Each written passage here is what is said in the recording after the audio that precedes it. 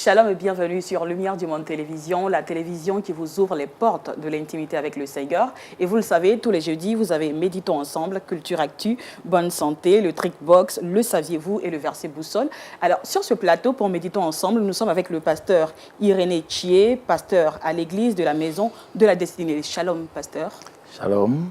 Alors, de quoi est-ce qu'on parlera avec vous dans l'exhortation de ce matin? Ce matin, nous allons parler du salut de Zachée. Il a eu une rencontre inespérée qui a tout changé, qui a bouleversé radicalement sa vie. Donc, c'est de ça que nous allons parler ce matin. Nous avons notre chroniqueur maison, Jean-Richard Nguessan. Bonjour. Bonjour Nicole et shalom à tous. Alors, de quoi est-ce qu'on parle avec toi aujourd'hui dans le Saviez-vous et Culture Actu? En Culture Actu, on va passer au microscope l'une des grandes voix de la scène musicale gospel internationale. C'est Yolanda Adams, belle voix. Et puis dans le Saviez-vous, nous irons du côté du Costa Rica pour parler de politique et de religion. Et Colombe, notre Colombe, aujourd'hui, le Trick Box présente quoi? On va traiter la mauvaise haleine. Comment est-ce qu'on traite la mauvaise haleine? Effectivement. D'accord. Et le docteur Ewi Joseph, gynécologue obstétricien, est sur notre plateau. Shalom, docteur. Shalom. Alors, pourquoi pas gynécologue tout simplement et gynécologue obstétricien? Parce que dans le temps, avant, les deux disciplines étaient dissociées. Et scientifiquement, on s'est rendu compte que les deux allaient ensemble. Et donc, certains ont été formés dans le temps, il y a longtemps, sur le volet gynécologique, d'autres sur obstétrical. Maintenant, ici en Côte d'Ivoire, depuis des années, la spécialité se fait ensemble. C'est-à-dire qu'on s'occupe des affections concernant l'intimité de la femme. Et le volet de la maternité aussi, nous en occupons jusqu'à l'accouchement et tout ça. Voilà. Et avec vous aujourd'hui, on parle d'une maladie qui fait beaucoup de mal aux femmes. C'est quoi? Le cancer du col de l'utérus. Le cancer du col de l'utérus. Donc, ce sera dans Bonne Santé avec le docteur Ewi tout à l'heure. Ça. Alors, commençons tout de suite par la méditation avec le pasteur Irénée.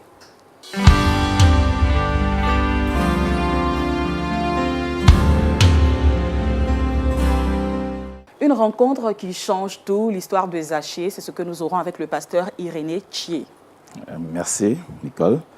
Ce matin, nous allons prendre nos Bibles et nous allons lire Luc chapitre 19. Nous allons lire les 10 premiers versets pour voir une histoire très intéressante, un récit qui m'a marqué et que j'aimerais qu'ensemble nous puissions méditer ce matin. Donc, je veux lire pour vous Luc 19, du verset 1 à 10.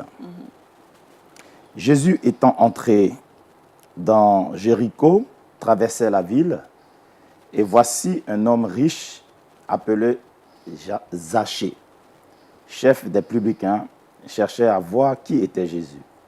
Mais il ne pouvait y parvenir à cause de la foule, car il était de petite taille. Il courut en avant et monta sur un sycomore pour le voir, parce qu'il devait passer par là. Lorsque Jésus fut arrivé à cet endroit, il leva les yeux et lui dit, « Zachée, hâte-toi de descendre, car il faut que je demeure aujourd'hui dans ta maison. » Zachée se hâta de descendre et le reçut avec joie. Voyant cela, tous murmurèrent et disaient, « Il est allé loger chez un homme pécheur. » Mais Zachée, se tenant devant le Seigneur, lui dit, « Voici, Seigneur, je donne aux pauvres la moitié de mes biens. Et si j'ai fait tort de quelque chose à quelqu'un, je lui rends le quadruple. » Jésus lui dit, « Le salut est entré aujourd'hui dans cette maison parce que celui-ci est aussi un fils d'Abraham. Car le Fils de l'homme est venu chercher et sauver ce qui était perdu. » Alors, cette histoire est très intéressante. Pourquoi? Parce que Zachée, qui était un homme riche, cherchait à voir Jésus. Et quelqu'un va me dire, mais lui, il est riche, il cherche à voir Jésus, pourquoi? Mais nous allons ensemble méditer ce matin sur ce texte et nous allons comprendre la portée de cette rencontre. Jésus était en train de passer. Il partait de Jéricho à Jérusalem. Et il allait vers la Pâque finale mais il fait escale à Jéricho, comme s'il voulait expliquer ce qu'il allait faire à Jérusalem. Jésus était en Galilée, il a passé un temps de son ministère en Galilée, et il y avait sa ville natale là-bas, Nazareth, et là, il était en train de partir vers Jérusalem. Il arrive à Jéricho, il trouve un misérable publicain. Mais qui est le publicain? Le publicain est un homme, est un instrument consentant du gouvernement romain et pour qui il travaillait. Et ce publicain-là achetait le poste de percepteur et il avait le droit de prélever les impôts. Et le gouverneur romain était un occupant. Donc, ils occupaient le pays d'Israël. Et donc, les publicains étaient considérés comme des collaborateurs et qui vendaient ses services à celui qui venait oppresser le peuple. Et pour encourager les percepteurs, qu'est-ce que le gouvernement faisait? Même s'il prélevait des sommes énormes, excessives, il ne disait rien. Il les soutenait. Et donc, il pouvait devenir riche très rapidement. Le gouvernement romain demande une certaine somme, le surplus revenait aux percepteurs. Du coup, les publicains étaient très mal vus. Ils étaient très mal vus. Et donc, voilà pourquoi Zachée avait une très mauvaise réputation. Et maintenant, Jésus, qui était de passage, il partait vers Jérusalem, il arrive à Jéricho. Et Jéricho était une ville assez spéciale parce qu'à l'époque, c'était un grand carrefour où il y avait le croisement des 4 principales routes qui venaient du nord, du sud, de l'est et de l'ouest. Et il y avait un point de péage qui était là. Donc, c'était un endroit où ça grouillait de monde. Et il y avait beaucoup de monde qui circulait, les marchandises circulaient. Donc, le percepteur qui était là, le chef de la perception, c'était Zachée. Vous comprenez maintenant pourquoi il était riche. Et Zachée était à ce poste-là et il travaillait pour les Romains. Et maintenant, voilà qu'ils apprennent que Jésus est en train de venir. Et il n'y avait pas longtemps, Jésus avait ressuscité Lazare à Béthanie, qui n'est pas loin de Jéricho. Et toute la ville a entendu que Jésus venait. Et donc, ils se sont alignés le long des rues pour voir passer Jésus. Mais ce Jésus qui venait, était-il le Messie? Ou bien venait-il arracher le pouvoir aux Romains pour installer son royaume? De toutes les façons, chacun venait par curiosité voir passer ce Jésus-là. Voilà que Zachée qui se dit, c'est vrai que je ne suis pas aimé, mais moi aussi je veux voir ce Jésus. Et Zachée se presse pour aller voir ce Jésus. Mais il est de petite taille. Donc la foule devient un handicap pour lui, parce que quand tu es de petite taille, qu'il y a la foule, c'est très difficile pour toi de pouvoir te frayer un chemin. Mais il y avait une des raisons qui faisait que Zachée ne pouvait pas se mêler à la foule, parce qu'il était très détesté des Juifs. On le prenait pour un traître, quelqu'un qui travaillait avec le pays qui nous oppressait, qui nous prenait notre argent, qui nous escroquait. Et puis il se dit, mais il pouvait avoir un coup de coude, ou bien on pouvait le marcher sur les pieds, même lui donner un coup de poignard dans le dos. Mais ce jour-là, ça ne disait rien à Zachée. Ce qu'il avait envie de faire, c'était de voir Jésus. Donc, d'où Zachée, il se dit, mais comment faire pour voir Jésus? Il court, il monte sur un sycomore. Et quand vous allez en Israël, vous allez à Jéricho, vous allez voir qu'il y a un sycomore à Jéricho qui est entouré. C'est à titre d'exemple, on nous a dit, quand moi je suis parti en Israël, on m'a dit que c'est le sycomore de Zachée. C'est un gros arbre, et il est très large, et aux branches très allongées. Et donc, un homme de petite taille pouvait grimper à cet arbre-là et se percher à la branche. Et c'est ce que Zachée a fait. Et donc, il s'est mis dans le coin et il espérait voir Jésus de là où il était. Et voilà que Jésus arrive. Et la Bible dit que Zachée cherchait à voir. Quand nous regardons le temps du verbe « cherchait », Cela suppose qu'il y a un effort soutenu. Ça veut dire qu'il le désirait véritablement. Et voilà Jésus qui arrive et qui lève la tête et qui voit Zachée et qui lui dit, Zachée, descends, attends de descendre. Aujourd'hui, je vais demeurer chez toi. La surprise était grande. Parce que d'abord, il appelle Zachée par son nom. Il ne le connaissait pas. Il ne l'avait jamais rencontré. Mais il lui dit Zachée. Et Zachée se hâte à descendre. Et il accepte tout de suite. Mais ce qui est intéressant, c'est quoi? C'est que Zachée qui cherchait à rencontrer Jésus n'a jamais imaginé que Jésus cherchait à le rencontrer. Et a même passé la nuit chez lui. Et les gens ont commencé tout de suite. Waouh, mais c'est celui-là qui se dit prophète. Mais comment il peut collaborer avec un si grand pécheur? Donc les gens ont commencé à murmurer. Ils ont commencé à murmurer et Jésus est allé loger ce Zachée. Quand il est rentré chez Zachée, la Bible ne nous dit pas qu'est-ce qu'ils se sont dit là-bas, mais la réaction de Zachée va être surprenante. Voici le monsieur qui vient escroquer les fonds, qui vient escroquer les pauvres. Ce monsieur qu'on qualifiait de méchant, de perdu, de pécheur, qui dit, Seigneur, je donne la moitié de ma fortune aux pauvres. Du coup, il est devenu un philanthrope. L'escroc est devenu philanthrope. Et il dit, si j'ai fait du mal à quelqu'un, si j'ai pris quelque chose à quelqu'un, je lui donne 4 fois.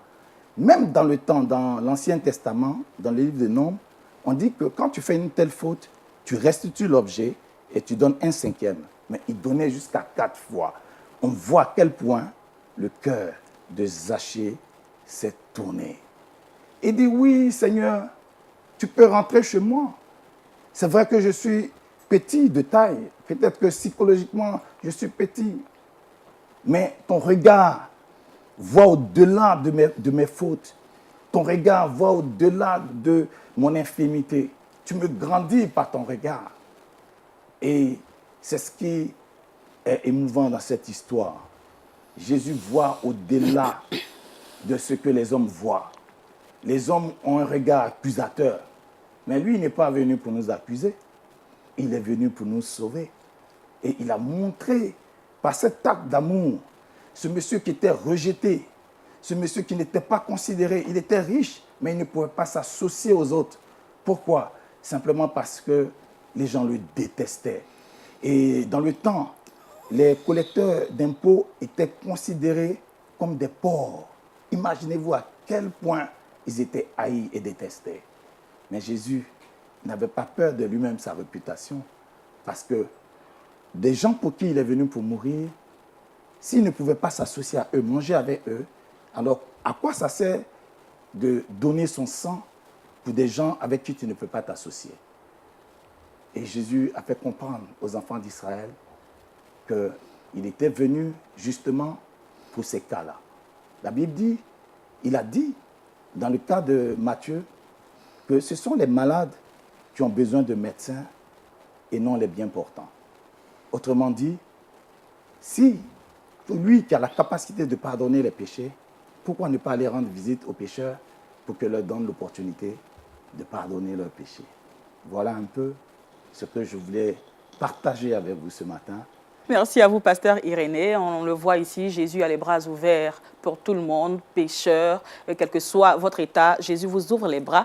Mais pasteur, transposons un peu cette histoire. Aujourd'hui, il existe encore des percepteurs d'impôts, des agents des impôts. Est-ce que pour quelqu'un comme ça qui vient au Seigneur Jésus-Christ aujourd'hui, on lui dirait « restitue ce que tu as volé » et on se demande s'il pourrait restituer en plus. Voilà. Et c'est là qu'on voit l'impact qu'a Jésus ou son message sur la vie des gens. Vous voyez, aujourd'hui, on a des chrétiens qui se déclarent chrétiens, mais quand tu observes le fruit de leur vie, il n'y a rien de différent des païens. Mais quand c'est authentique, comme ça s'est passé chez Zachée, il y a quelque chose qui doit se passer. Tu ne peux pas rester indifférent. Tu ne peux pas garder cette fortune-là et être confortable. Ce n'est pas possible. Donc pour vous, si un agent d'impôt aujourd'hui se convertit, il devrait restituer ce qu'il a volé. Ça leur fait du bien vraiment à la nation.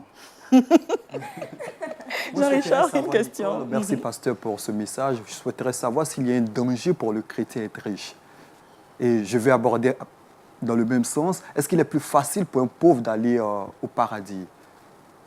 Dans le premier volet de ta question, tu demandes est-ce que la Bible n'est pas contre la richesse du chrétien. Si vous prenez, même dans l'Ancien Testament, vous allez voir que Abraham était riche. Isaac, on dit, allant s'enrichissant, est devenu fort riche. Ce n'est pas le fait d'être riche qui est un problème. Mais qu'est-ce que tu fais de ta richesse? Et comment tu acquiers, comment tu vas acquérir cette richesse? S'il faut voler pour devenir riche, s'il faut aller sacrifier un enfant pour devenir riche, mais je crois que c'est un danger. Jésus n'est pas contre la richesse. Il n'est pas contre ceux qui sont riches. Et quand il disait qu'il était difficile à un riche de rentrer au paradis, c'était dans un contexte, dans le livre de Luc, juste le chapitre avant celui de Zachée, il y avait un jeune homme riche qui est venu à Jésus et qui a montré toutes les bonnes intentions. Et Jésus lui a dit, il voulait le tester, il lui dit, écoute, va, donne toute ta richesse aux pauvres et reviens. Il est retourné déçu. Et il a montré par là qu'il était plus attaché à ces richesses-là qu'à Christ. Vous voyez, quand Jésus a rencontré Zachée, vous remarquerez qu'il ne lui a pas demandé de laisser son boulot. Il ne lui a pas demandé de quitter ses richesses. Mais c'est Zachée de manière volontaire qu'il a fait. Pourquoi? Parce que quand la parole rentre, il y a une réaction positive qui suit. La richesse n'est pas une mauvaise chose. On a besoin de l'argent pour faire beaucoup de choses pour Dieu. Et donc si toi, demain, tu es milliardaire et que tu as la pensée de Dieu, tu as le cœur de Dieu, mais c'est une grande bénédiction pour le peuple de Dieu. Colombe. Ok. En fait, j'allais demander, pasteur, au temps marqué, il y avait Christ de manière physique. Donc, Zachée pouvait rencontrer Christ de manière physique. Mais maintenant, en notre temps, quelle rencontre, en fait, pourrait tout changer, comme le titre de votre enseignement le dit? En notre temps, aujourd'hui, le Jésus physique, il n'est pas là. Mais aujourd'hui, LMTV peut être ce canal-là qui permet à quelqu'un qui nous suit en ce moment d'entendre le message. Et s'il n'endurcit pas son cœur, que ce message arrive à lui, c'est la rencontre avec Jésus qu'il peut expérimenter. C'est cette même parole-là qui a été annoncée, c'est cette même parole-là qui est annoncée aujourd'hui. Nous avons la possibilité d'entendre la voix de Christ au travers de ces messagers que nous sommes et de pouvoir nous approcher de lui et le rencontrer personnellement par l'Esprit de Dieu qui brûle dans ton cœur et qui te permettra de savoir qu'il est là, effectivement. Et, Alors, pasteur, sur ce excuse-moi, passage, Nicole. oui, d'accord, une Ok. question encore. En fait, j'allais demander, est-ce que dire, parce que là, Zachée a dit qu'il donnait tout, La moitié. il donne la moitié. Est-ce que donner forcément montre qu'on a rencontré Christ? On peut rencontrer Christ et puis, je ne sais pas, avoir une autre réaction? Voilà. En amour, on ne peut pas aimer sans donner. On ne peut pas aimer sans donner. Le diable n'a pas d'amour. Il n'y a pas de charité. Il y a des actes qui montrent que le message est authentique. Quand tu vois quelqu'un qui décide de donner un signe d'amour, ça vient de Dieu. On est sûr à 100% que ça vient de Dieu. Tu vois, le diable, il ne sait pas donner. Il détruit, il vole, il tue. Le fait qu'il change, parce qu'il était connu comme quelqu'un qui aimait l'argent.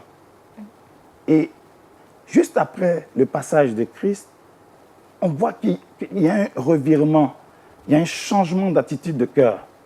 Et c'est ce changement d'attitude-là qui nous montre le fruit. C'est le signe extérieur de ce qui s'est passé à l'intérieur de lui. C'est ça c'est ce qui est important. D'accord. Alors, pasteur, dans ce passage, on voit quelque chose que vous avez souligné. Jésus appelle Zachée par son nom. Donc, Jésus qui est le Seigneur, qui avait donc tous les dons spirituels, les manifestait de façon extraordinaire. Et aujourd'hui, on voit des pasteurs, de jeunes pasteurs qui manifestent ce don-là, qui appellent les gens par leur nom, qui donnent même la couleur de la chemise et tout. Et on entend critiquer cela. Comment est-ce que vous appréhendez cela? Est-ce que c'est nécessaire aussi aujourd'hui que ce don-là se manifeste de cette façon-là? Ça peut se manifester de cette façon. Il ne suffit pas de donner le nom de quelqu'un. Mais c'est ce qui va se passer après qui est le plus important. Ce qui est dommage aujourd'hui, on te donne le nom de ton village, la sous-préfecture que tu connais déjà. Mais après, dans la vie de cette personne, on ne voit pas les fruits de cette repentance, de ce Christ qui est rentré dans la vie. Mais parfois, ça devient un spectacle où un esprit de divination peut agir. Je ne suis pas contre le fait que des gens aient des dons. Ça peut exister, ce don-là. Il peut exister. Dieu peut te révéler le nom de quelqu'un pour le toucher, pour lui montrer qu'il est là.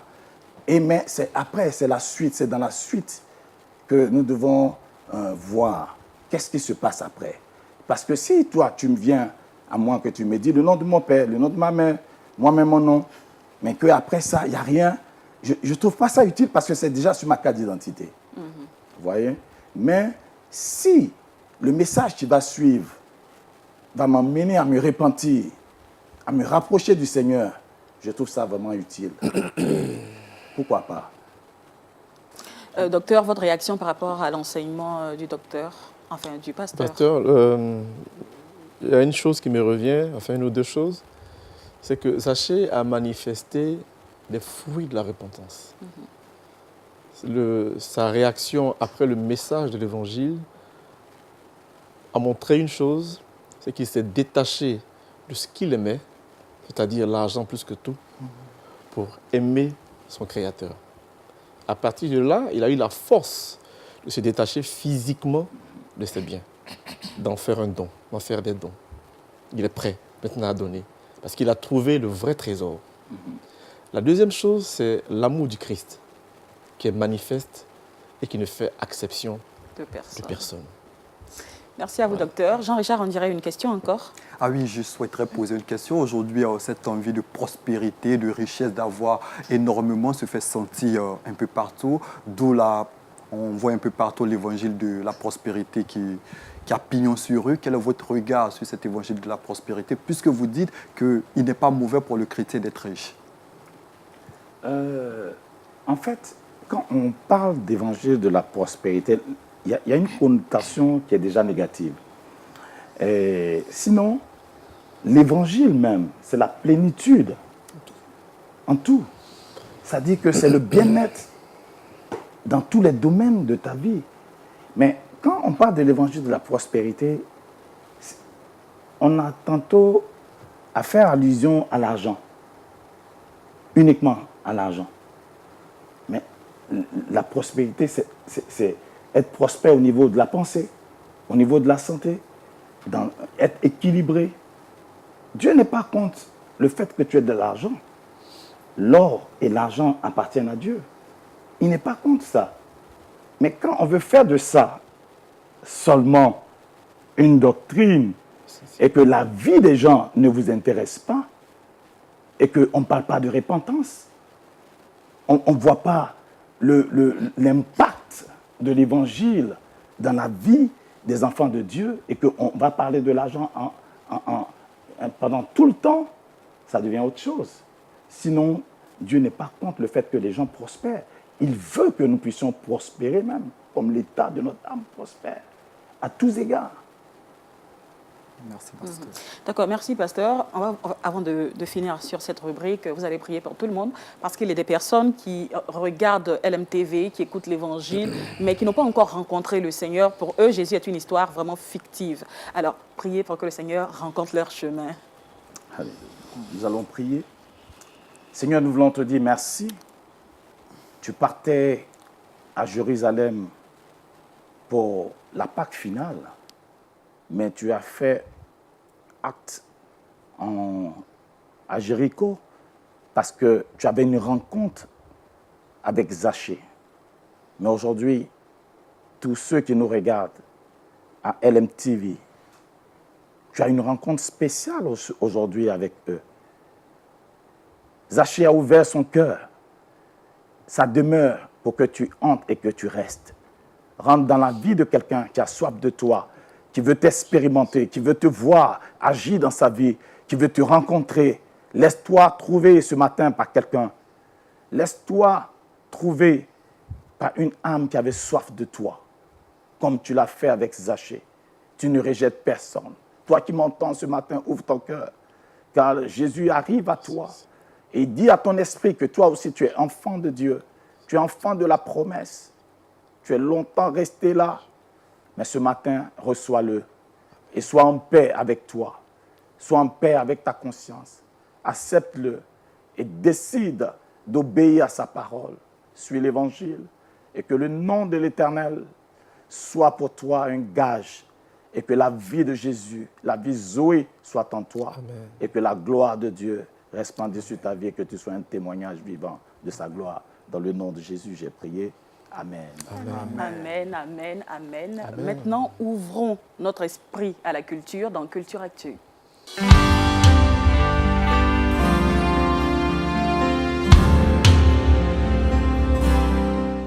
La page culturelle aujourd'hui est dédiée à la musique Jean Richard. Effectivement, comme je le disais d'entrée de jeu, aujourd'hui Culture Actu a décidé de mettre en lumière une grande et belle voix de la scène musicale gospel. Son nom c'est Yolanda Yvette Adams, connue plus sous l'appellation de Yolanda Adams. Elle est née le 27 août 1961, âgée aujourd'hui de 58 ans. Yolanda Adams a été tour à tour mannequin, institutrice, animatrice de radio et dirigeante de chorale. C'est en tant que dirigeante de chorale qu'elle attire l'attention d'une grosse maison de distribution au niveau des États-Unis. Nous sommes en 1987. Ainsi donc, elle sort son premier album. Le succès sera phénoménal. Elle enchaîne après plusieurs albums. Aujourd'hui, elle totalise plus de 15 albums et sa carrière a décollé. Elle fait partie des artistes qui ont reçu le plus de Grammy, des artistes chrétiens. C'est énorme pour une artiste féminine qui chante du gospel. Elle a plusieurs prix à son actif. J'aurai eu l'occasion de dégrainer un tout petit peu de ses prix, mais avant, je vais vous plonger dans l'une de ses plus belles interprétations musicales. C'était sur l'une des scènes au monde entier. Écoutez et appréciez. Alone in a room, it's just me and you. I feel so lost, 'cause I don't know what to do. Now what if I choose the wrong thing to do? I'm so afraid of disappointing you. So I need to talk to you and ask you for your guidance, especially today when my life is so cloudy. Guide me until I'm sure I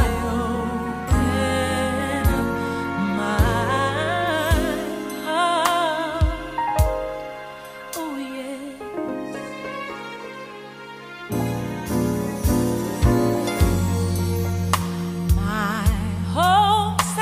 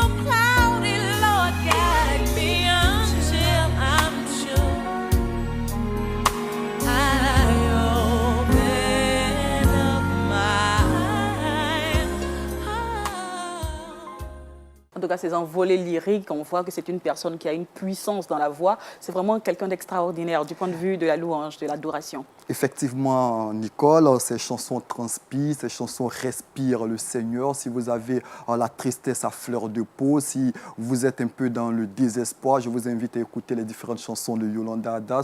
Plongez-vous dans sa voix, elle va certainement vous guérir. C'est une artiste que moi j'aime particulièrement, que j'ai décidé de présenter aujourd'hui. Yolanda Adams, grande voix de la scène musicale. Je le disais, plus de 15 albums. Elle a reçu plusieurs disques d'or, plusieurs disques de platine, 4 Grammy à son actif, 4 Dove Awards. Les Dove Awards, c'est une célébration de musique chrétienne au niveau des États-Unis. Les prix sont décernés chaque année aux plus grandes voix, aux plus belles réussites musicales au niveau des États-Unis. Elle a à son actif plusieurs prix. Elle a reçu également plusieurs prix d'Image Awards en raison de la qualité également de ses clips.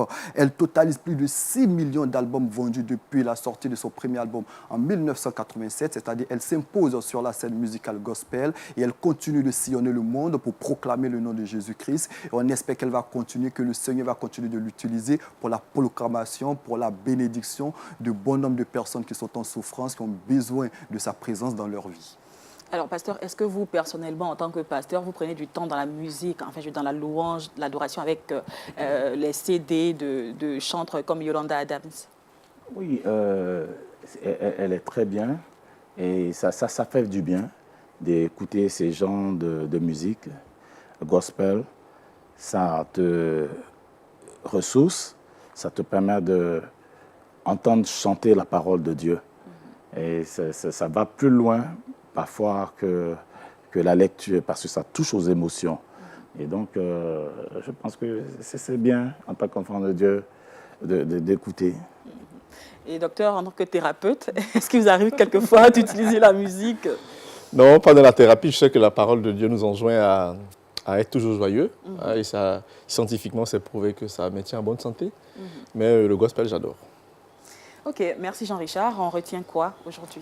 On retient tout simplement que Yolanda Adams est une grande voix de la scène musicale internationale. Si vous avez le désespoir, écoutez ces différentes chansons. Elle continue de sillonner le monde pour proclamer le nom du Seigneur Jésus-Christ. À son actif plusieurs prix. Elle essaie aussi de titille un peu le monde francophone. Elle participe notamment à plusieurs festivals dans l'univers francophone. Elle était dernièrement au festival Gospel à Paris pour proclamer également le nom du Seigneur Jésus-Christ. Elle aide également des jeunes garçons qui souhaitent s'adonner à la louange. Donc c'est une belle initiative qu'on encourage et on espère qu'elle va continuer à proclamer le nom du Seigneur Jésus-Christ. Voilà, après la culture, parlons maintenant santé dans Bonne Santé.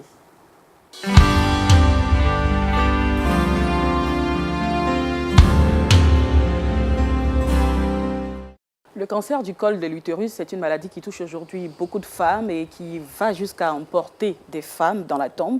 Alors nous avons l'occasion, nous avons la grâce d'avoir le docteur Ewi sur notre plateau. Docteur, nous allons commencer tout de suite. Qu'est-ce que c'est que le cancer du col de l'utérus? D'accord. Pour bien comprendre le phénomène du cancer, il est important de savoir de quoi l'être humain est constitué. L'être humain est constitué à la base de cellules. La cellule humaine est l'élément de base chez tous les êtres vivants. Et la cellule, elle a la capacité de se reproduire de façon autonome.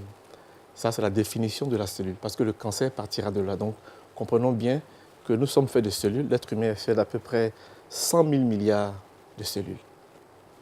Des cellules qui se régénèrent à des périodes différentes. Chaque jour, il y a à peu près 300 milliards de cellules vieilles ou abîmées que l'organisme rejette, qui sont détruites. D'accord? Donc, le cancer, ce sera la prolifération, c'est la multiplication de cellules, mais de cellules anormales. Leur multiplication, c'est cela qui va donner le cancer, lié à un facteur ou à un autre. Je m'explique mieux. J'ai parlé tout à l'heure de la cellule. La cellule, c'est l'unité princeps. Une cellule va rassembler, quand elle rassemble un certain nombre de cellules identiques, ça va constituer un tissu de l'organisme. Et un tissu de l'organisme, quand ils vont s'associer à plusieurs, ils vont faire un organe. L'organe, un exemple, c'est le cœur. Son rôle, c'est de faire circuler le sang. Un organe, c'est l'estomac. Son rôle, c'est la digestion. Donc tous ces éléments sont constitués de cellules typiques, propres, généralement qui se reproduisent de façon identique. Voilà, donc chaque organe va se reproduire par des cellules, mais à chaque fois de façon identique. Qu'est-ce qui va se passer pour le cancer? L'infection virale, l'infection à un virus, les radiations, c'est-à-dire les radiations ultraviolettes, les radios, le fait d'être exposé à des rayonnements, les facteurs génétiques, tous ces éléments-là, on pourra rentrer dans les détails tout à l'heure, quand ces éléments vont interférer, vont agir sur la cellule qui est l'élément de base, sur la cellule normale, ça va se transformer, pas d'abord en cancer, mais en une cellule qui est anormale. Voilà. Donc, les éléments extérieurs ou intérieurs, à l'extérieur, j'ai parlé de virus qui viennent, de radiations, n'est-ce pas, qui viennent agir sur la cellule qui est l'élément de base. La cellule commence à réagir, elle se reproduit, mais elle est anormale. En ce moment-là, l'organisme a deux possibilités. Si l'organisme a le système immunitaire, donc le système de défense naturel que Dieu a instauré dans le corps de l'homme, s'il est à son potentiel maximum, il combat cette cellule qui est anormale. Il la détruit et les cellules commencent à reproduire toujours de façon identique, il n'y a pas de problème. Si le système immunitaire est défaillant, la cellule qui était anormale devient une cellule cancéreuse. Or, la propriété des cellules cancéreuses, je l'ai dit tout à l'heure, c'est la multiplication. Donc, c'est maintenant une cellule qui est anormale, qui est située sur un organe dont j'ai fait allusion tout à l'heure. Ça peut être l'estomac, ça peut être le foie. Donc, sur un ensemble peut-être, je dirais un nombre comme ça, de 100 millions de cellules, il y a une seule qui devient une cellule cancéreuse.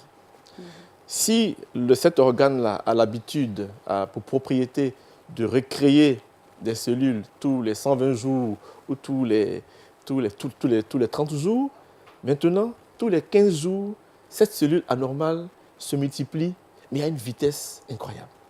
Et donc, son rôle, c'est d'absorber toutes les cellules anormales de l'organe en question pour que ça devienne un organe qui est anormal. Donc, au niveau donc, de l'utérus, du col de l'utérus, que je l'ai dit tout à l'heure, c'était la partie vaginale de l'utérus de la dame, c'est à ce niveau-là donc que ce phénomène va se produire. D'accord. Voilà. Donc, comme vous l'avez dit, on parle plutôt du cancer du col de l'utérus. Et c'est sur quoi on va statuer aujourd'hui. Et quels sont les signes de la maladie? Comment est-ce que la femme se rend compte qu'elle fait un cancer du col de l'utérus? D'accord. Les signes, il y a un signe majeur qui se découvre malheureusement quelquefois à un stade précoce, quelquefois à un stade avancé. C'est ce qui fait la difficulté de la prise en charge. Ce sont les saignements. Les saignements surtout lors des rapports sexuels. Vous avez des rapports sexuels avec votre conjoint et vous, pendant les rapports, vous saignez. Vous avez des rapports, vous saignez. C'est un signe d'alarme. Ou alors, si vous faites la toilette vaginale, ce qui n'est pas conseillé, c'est de mettre le doigt à l'intérieur pour faire la toilette vaginale. En touchant le col de l'utérus, à chaque fois que vous saignez, c'est un signe d'alarme. C'est vrai, il y a la douleur, il y a des pertes malodorantes et tout ça, mais le signe princeps, ce sont les métrorragies, saignements de contact. Quand on touche à l'utérus, il saigne. Quand on touche au col, il saigne. C'est le signe clinique majeur. D'accord, donc les saignements, pour rappel, les saignements, et puis, je ne sais pas, quel autre signe pour rappeler? Les saignements génitaux, c'est-à-dire les saignements en dehors des règles. Une femme normale qui saigne en dehors des règles, c'est vrai, il y a beaucoup de causes. Donc, il ne faut pas s'imaginer quand on saigne en dehors des règles que c'est tout de suite le cancer. Non. Je dis, ce sont les saignements qui sont stimulés. Donc, lors des rapports sexuels avec son conjoint, pendant les rapports, il y a des saignements. Une dame constate que pendant les rapports, juste après, elle se rend compte qu'elle saigne à chaque fois, c'est un signe d'alarme. Si elle fait la toilette de façon inopinée, qu'elle touche le col, que ça saigne, c'est un signe d'alarme. Il y a aussi quelquefois, ça se manifeste par des pertes vaginales qui sont très malodorantes, qui sont sales, qui sont inhabituelles. Ça ne veut pas dire que le cancer est vraiment installé encore, mais c'est des signes d'alarme. Il faut consulter un médecin. D'accord. Quelles sont les causes de cette maladie? Les causes, je parlerai plutôt de facteurs de risque. D'accord. Un facteur de risque, il est un peu différent d'une cause, parce qu'une cause, quand on l'a, obligatoirement, on va développer la maladie. Le facteur de risque, il expose au maximum, ou à un certain degré, l'organisme à cette affection. Donc, pendant longtemps, il y avait beaucoup de causes, beaucoup de facteurs de risque qui avaient été évoqués, qui sont toujours d'actualité d'ailleurs. Hein, le tabac, l'excès d'alcool, la précocité des rapports et tout. Mais aujourd'hui, de façon unanime, depuis plusieurs années, il est prouvé qu'il y a un virus qui est à l'origine de l'installation de ce cancer. Quand on fait les examens, on se rend compte que Dans 80 à 90% des patientes qui ont eu le cancer du col de l'utérus, ce virus-là était présent. Il s'appelle le papillomavirus, qui est responsable. C'est un virus, on va dire que c'est le nom d'une famille de virus. Voilà, ils sont à peu près une centaine de sérotypes. Il y en a une cinquantaine qui peuvent donner des cancers. Il y a à peu près 15 qui peuvent être à l'origine de cancer du col de l'utérus. Et comment diagnostique-t-on cette maladie? D'accord. Je vais revenir encore sur les facteurs de risque, je vais aller un peu plus loin. Donc, nous avons le papillomavirus, qui est un virus qui se transmet. Vous savez que pour la plupart, on n'a pas de traitement contre les virus. Mais il se transmet par contact sexuel. Donc, par rapport sexuel. Même si dans les rapports sexuels, il n'y a pas de pénétration, on s'est permis de faire des attouchements un peu osés, on peut prendre ce virus. Alors, et donc, il y en a parmi eux qui sont oncogènes, donc qui peuvent permettre le développement de la maladie. Le rôle de ces virus, en fait, ils vont préparer le col de l'utérus au cancer. On appelle cela des lésions précancéreuses. Ils vont développer des lésions qui précèdent l'apparition du cancer. D'où l'intérêt de la sensibilisation, on en reviendra tout à l'heure. Donc, il y a ces éléments. Il y a le fait d'avoir des rapports sexuels précoces. Avant 15 ans, avant 18 ans, lors de l'adolescence, la sphère génitale, le col de l'utérus et tout ça n'ont pas atteint leur maturité. Donc, les rapports peuvent modifier l'aspect cellulaire de cette zone. Donc, la précocité des rapports sexuels peut être un facteur de risque aussi du cancer du col de l'utérus, parce qu'elle va favoriser. Il y a aussi la multiplicité des partenaires. La multiplicité des partenaires va vous exposer davantage au virus dont on a parlé tout à l'heure. D'accord. Vous parliez de cette maladie qui se transmet sexuellement. Tout à fait. On n'a jamais entendu dire que des hommes avaient développé un cancer. De toute façon, c'est un cancer pour les femmes, si on parle de col de l'utérus. Oui. Est-ce qu'il y a un cancer qui est développé par les hommes, par le même sur l'organe de l'homme, oui, il y a le cancer du pénis. Le cancer du pénis, Oui. par le même papillomavirus. Oui, parce qu'il y a plusieurs familles là, dans ce contexte-là. Ils font même, c'est pas le papillomavirus, il y en a certains qui vont vous donner le cancer de l'anus, ils vont vous donner le cancer du pénis, ils vont vous donner le cancer, voilà. Ils vont développer des lésions précancéreuses en fait. Et puis d'autres facteurs vont intervenir et le cancer va s'installer. D'accord. Donc, poursuivons, on parlait de diagnostic. Comment est-ce qu'on établit le diagnostic? Le diagnostic, malheureusement, dans nos pays, c'est lorsque on a les signes cliniques que les patientes viennent à l'hôpital. Et malheureusement, quand on fait le diagnostic, on est à un stade avancé et 80% des patientes décèdent. D'où l'intérêt de la prévention et du dépistage. Le dépistage est fondamental. Ce sur quoi l'intérêt de cette émission, de l'opportunité que vous nous donnez aujourd'hui, était pour moi d'insister. Sur la prévention. Parce que c'est une maladie que toutes les femmes, toutes les Ivoiriennes, toutes nos sœurs peuvent éviter. On peut l'éradiquer, on peut l'éliminer totalement. L'un des rares cancers qu'on voit venir et qu'on peut éliminer. Pourquoi? Parce que le virus est dans le corps une dizaine, une quinzaine, vingtaine d'années. Et donc, les lésions précancéreuses prennent tout ce temps-là pour s'installer. Prennent 15 à 20 ans pour s'installer, avant que le cancer ne s'installe et se manifeste. Pourquoi alors, durant tout ce temps, on ne fait pas de dépistage? Donc, parlons en même temps prévention. Vous parlez de dépistage, ce reste le seul moyen de prévenir cette maladie? C'est le seul moyen. C'est le seul moyen. C'est vrai que les traitements sont évolutifs et sont bien évolués. Aujourd'hui, en Côte d'Ivoire, on a des choses qu'il faut, mais la prévention est capitale. Elle est vitale. Alors, pour faire la prévention, il y a ce qu'on appelle le frottis cervico-vaginal. Qui ne coûte pas cher au CHU, il coûte 5 000 francs.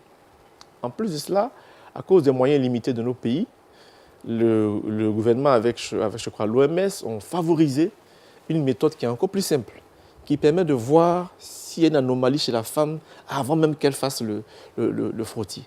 Ça coûte, je ne sais pas, 500 ou 1000 francs.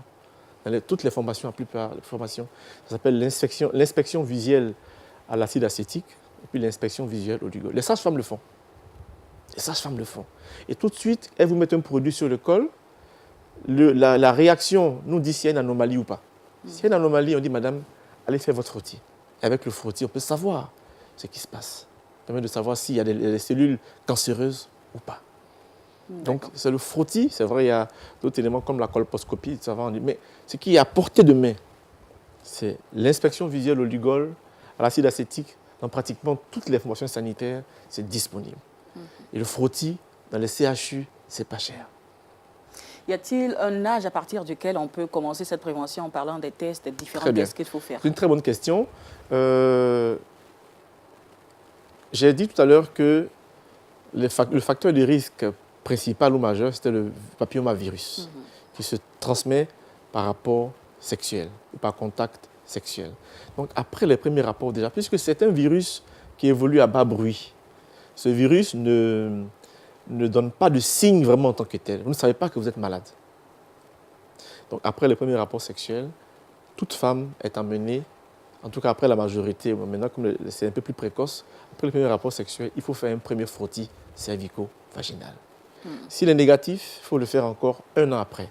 S'il est négatif, il y a un programme qui fait obligation aux femmes de faire le frottis tous les 2 ans ou tous les 3 ans jusqu'à l'âge de 65 ans. Quand j'étais étudiant en médecine, c'était le programme français, c'était tous les 3 ans jusqu'à l'âge de 65 ans, qui est obligatoire pour les femmes. Aux États-Unis, ils le font tous les 2 ans. Et après 3 frottis négatifs, on vous autorise à le faire tous les 3 ans. Mais pourquoi pas avant le premier rapport sexuel et pourquoi faut-il attendre après?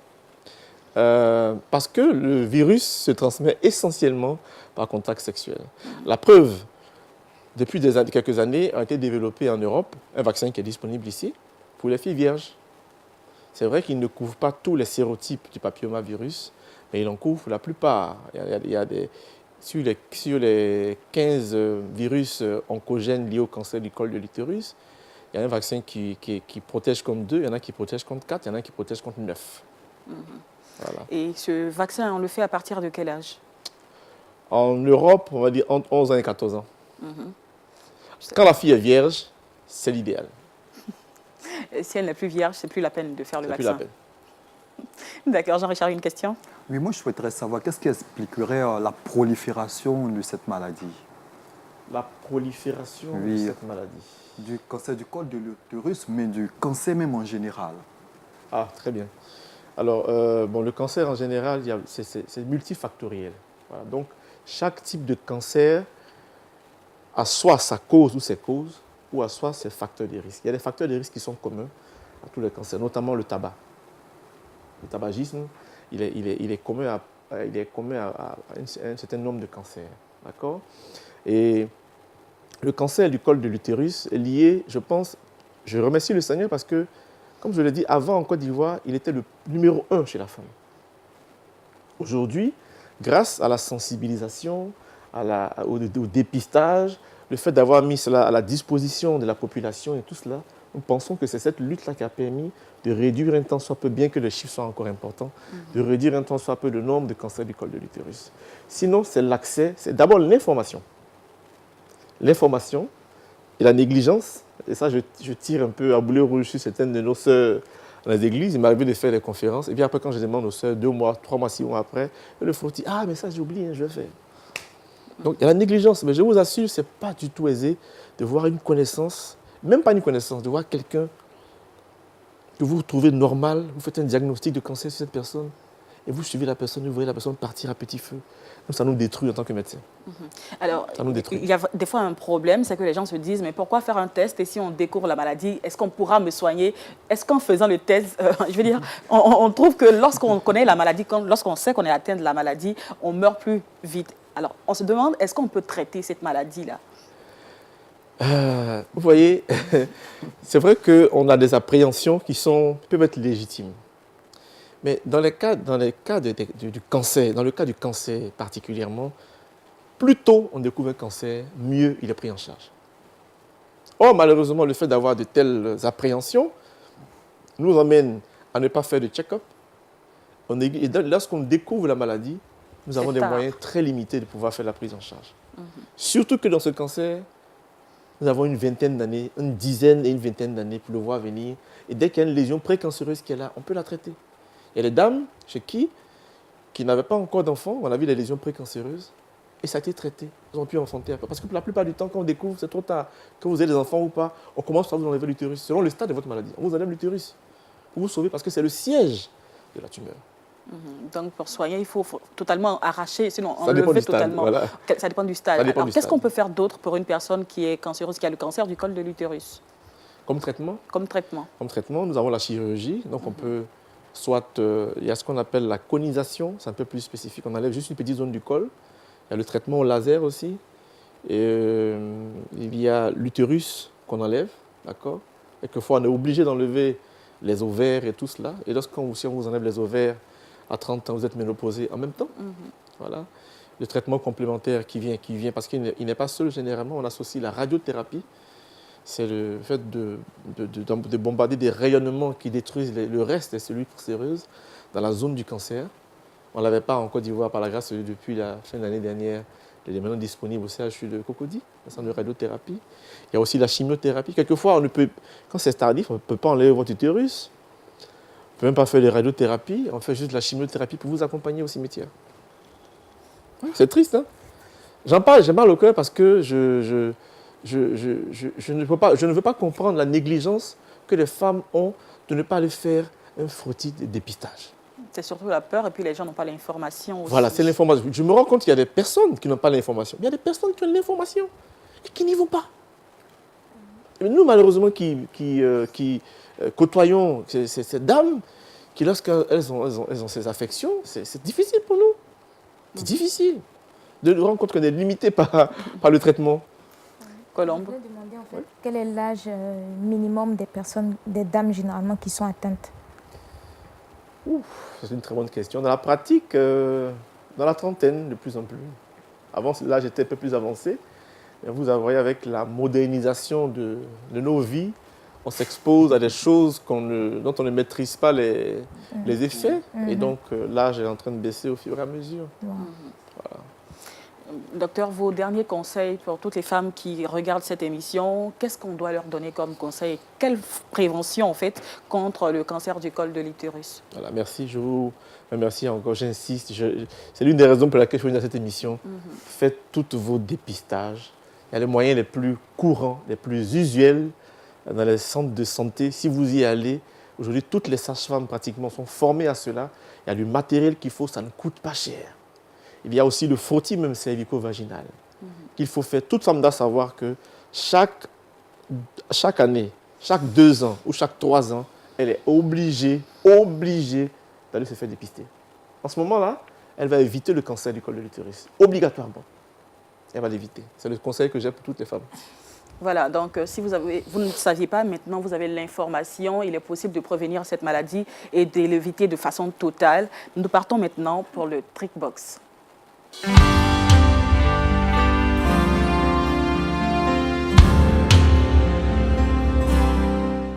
Alors, la mauvaise haleine touche beaucoup de personnes. Comment s'en débarrasser? Aujourd'hui, Colombe a toutes les solutions. Colombe. Merci Nicole. Rebonjour chers téléspectateurs. D'abord, je vais commencer par le saviez-vous?